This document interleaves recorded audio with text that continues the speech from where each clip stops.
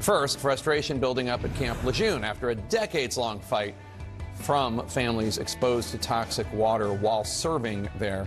Why they now say they may never get answers. Stay with us. We talk about stories we believe deserve much more coverage than they're getting. For 30 years, as many as 1 million U.S. Marines and civilians and their families were potentially exposed to toxic water at Camp Lejeune in North Carolina. You know this because we've covered this story many times before. And now we're going to bring you CNN's Nick Watt, speaking with one veteran who was stationed at Camp Lejeune, who has suffered unimaginable losses he says the government needs to answer for. I'm proud to have been a Marine. So it's nothing about the Marine Corps. You messed with my family. My son was born in Lejeune, and he was hurting. I wish I had let him die when we're in the delivery room and the doctors were telling me we have to give him another blood transfusion. David lived, suffered, until he was 8. I figured it was an act of God. I figured it was for something in my life that I'd done bad, and I'm getting paid back. And how does it make you feel when you know that it was probably the water at the camp? You know, that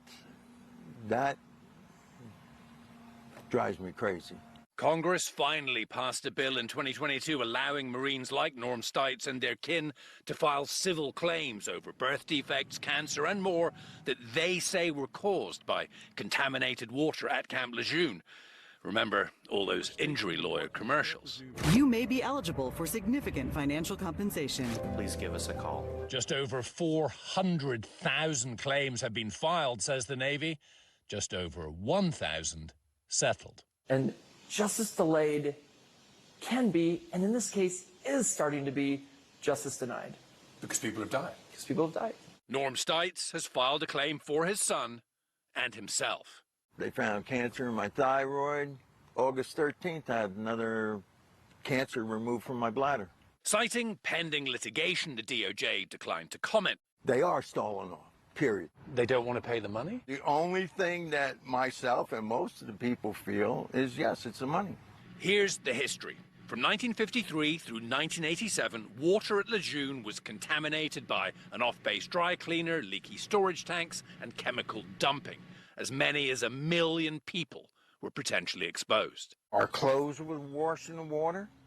We bathed in the water. We drank the water. Tests in 1980, 81, and 85 found the contamination, but the worst wells weren't closed until 1987. And the first major warning and outreach we can find wasn't until 1999, recruiting participants for a study into potential health problems. Norm Stites now spends many nights here, drumming in the wee hours. If I'm having bad days, this just takes it all away. I had a daughter that died too, 1 month old. Finding my daughter dead in that crib in the morning was worse than Vietnam. Now there's another bill before Congress that would expand the number of judges who can handle these cases from just 4 to many more and reduce some of the demands for evidence. A lot of the fight that the DOJ has put forward has been based on, give us a sample of that water in the 1970s, show us what was in it.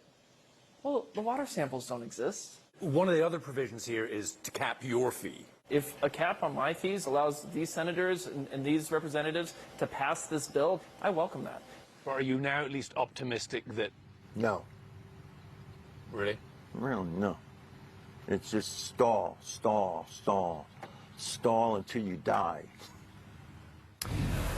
Now, in an email, the Navy tells me that some of the claims don't have supporting documents, some are for injuries that aren't covered, and they tell me that the time taken to settle a claim is, quote, entirely dependent on timely receipt of relevant supporting documents. Now, Norm Stites, who we just heard from, he has bladder cancer, which is number 1 on the list of injuries on the form, and he filed in December of 2022, so coming up on 3 years. He is still waiting, and Jake, losing hope. All right, Nick Watt, thank you so much for staying on top of the story. Let's bring in Republican Congressman Greg Murphy of North Carolina. Congressman, thanks so much for joining us. As we have reported before, Camp Lejeune's in your district, and you have been very aggressive trying to help these survivors. We spoke 2 months ago about this and a bill called the Ensuring Justice for Camp Lejeune Victims Act. Are you any closer to getting that passed now than you were a few months ago? Well, obviously, with the looming shutdown, we're not doing anything about that right at present time. But this is now in the Judiciary Committee. All the members really have been briefed very heavily on this and what the changes are. We're strengthening the bill by clearing evidentiary standards, capping the attorney's fees, which was an issue, making sure that people have a jurisdiction really that's going to be able to handle the claims that have been heretofore just in one particular district. And they're really trying to strengthen up the bill. And so I think it's in a good place. Yeah, getting anything through Congress of this magnitude is very, very difficult. Why the Biden DOJ would not allow jury trials still is beyond me. I don't know how that got passed, but I'm a physician, not an attorney. So we've been working very, very hard on this to try to bring the people of Camp Lejeune justice. As you point out, 400,000 claims and very, very few adjudicated comparatively. As a physician, I want to see people healed, but I also want to have some closure to this also. So hopefully sooner than later. I'm sure you've heard many, many stories like the one we just aired. Can you promise that these veterans and their families ultimately will get the justice they deserve? No, Jake, I can't promise anything when I'm one vote and 435 plus you add another 100. I can just promise them that I'm working very, very hard on this. This has become, I inherited this from our former congressman who had worked on it for a very long time. I was happy that it was the Camp Lejeune Justice Act was included in the PACT Act.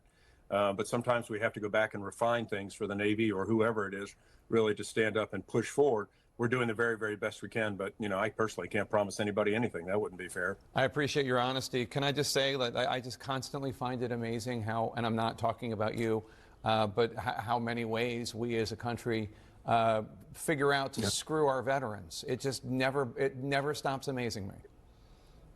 Well, I'd love to know who the point person who allowed all this, who knew this first at the beginning, why the delay occurred, why were people still exposed to this, and why it's not gotten hastened. That said, that's not helping the people today. That's more of an academic pursuit. I'd like to get this adjudicated. I'd like to get this put forward. I'd like to put this in the books and give these people closure, and that's what I'm working very ardently on. Well, stay in touch with our show. We'll keep covering it until this is actually passed. I appreciate it, Congressman Greg Murphy of the great state of North Carolina. Yes, sir.